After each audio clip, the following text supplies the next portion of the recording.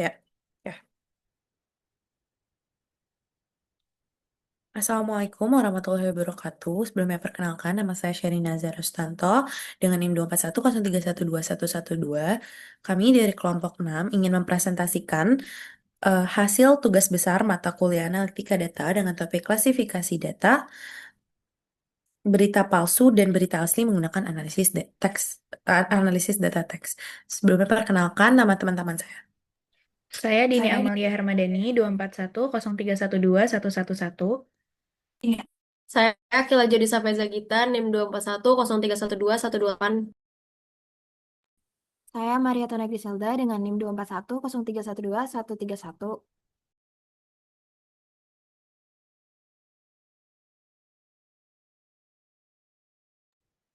di sini baik. eh, di sini terdapat table of content dari presentasi pada hari ini adalah terdapat pendahuluan dataset dan objek penelitian, metodologi penelitian, pre-processing data, dan exploratory data analysis. Next. Baik. Latar belakang yang kami Latar belakang dari tugas ini adalah perkembangan media digital yang membuat penyebaran informasi menjadi sangat cepat, namun hal ini juga meningkatkan resiko penyebaran berita palsu.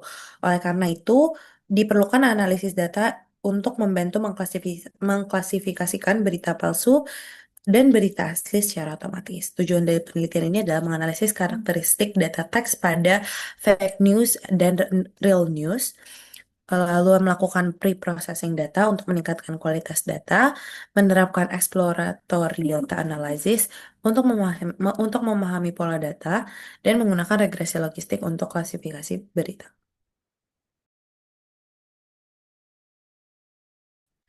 Selanjutnya di sini terdapat dataset dan objek penelitian. Dataset yang digunakan dalam penelitian ini diperoleh dari Kaggle Fake News Dataset. Dataset ini berisi kumpulan berita dalam bentuk teks yang telah diberi label dengan fake news dan real news.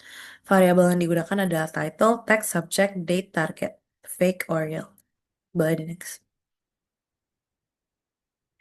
Metodologi dari penelitian ini dilakukan melalui beberapa tahapan utama yang saling berkaitan. Setiap tahapan bertujuan untuk memastikan data yang digunakan layak dan model yang dibangun dapat bekerja dengan baik. Tahapan penelitian meliputi pengumpulan dataset, pre-processing data, exploratory data analysis, feature engineering, dan analisis menggunakan regresi logistik. Oke, baik. Pada tahap processing ini dilakukan pembersihan teks seperti mengubah huruf menjadi lowercase, menghapus tanda baca dan karakter khusus. Nah, tahap ini tuh bertujuan agar data siap digunakan dalam analisis dan permodelan.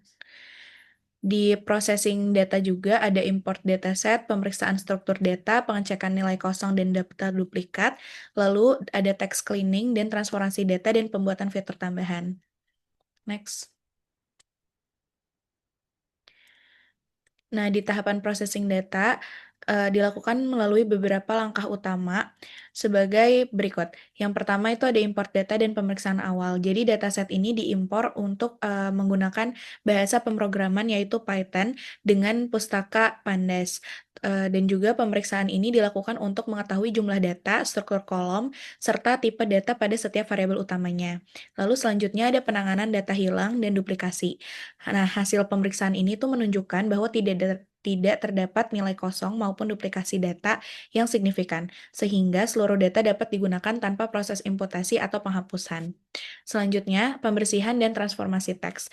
Nah, di teks berita ini dibersihkan dengan mengubah huruf menjadi lowercase, lalu menghapus tanda baca dan karakter khusus dan juga spasi yang berlebih.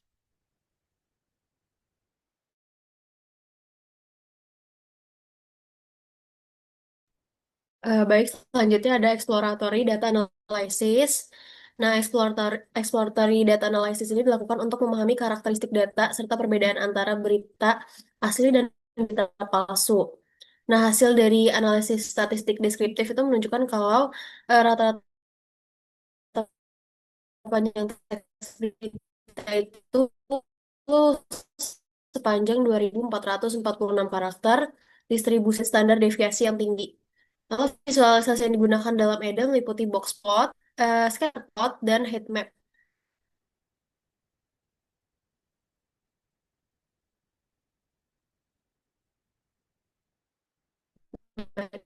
Selanjutnya ini ada visualisasi datanya, yaitu box plot, scatter plot, dan ini gunakan box plot, scatter plot, dan heat map itu untuk melihat pola data, outlier, serta hubungan antar fitur.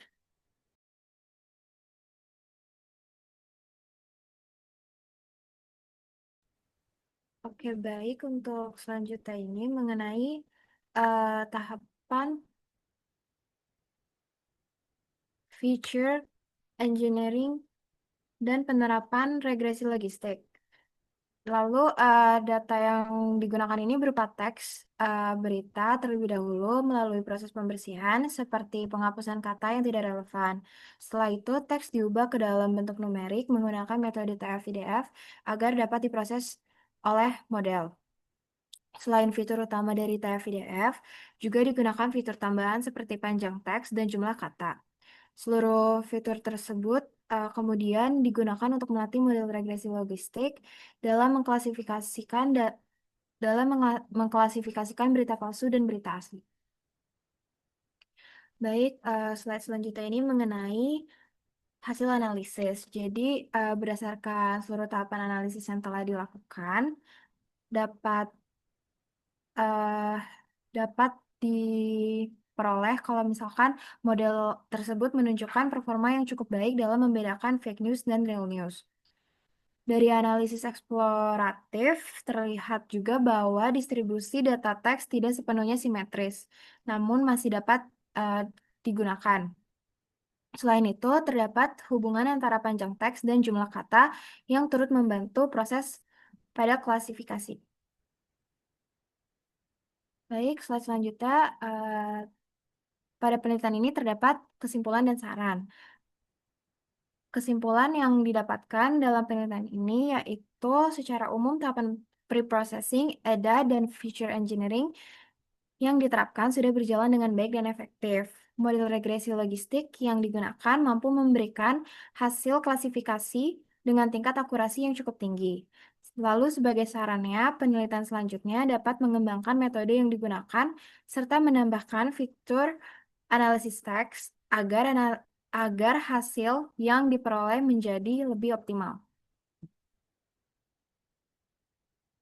Demikian pemaparan dari kelompok 6 terkait penelitian yang telah dilakukan.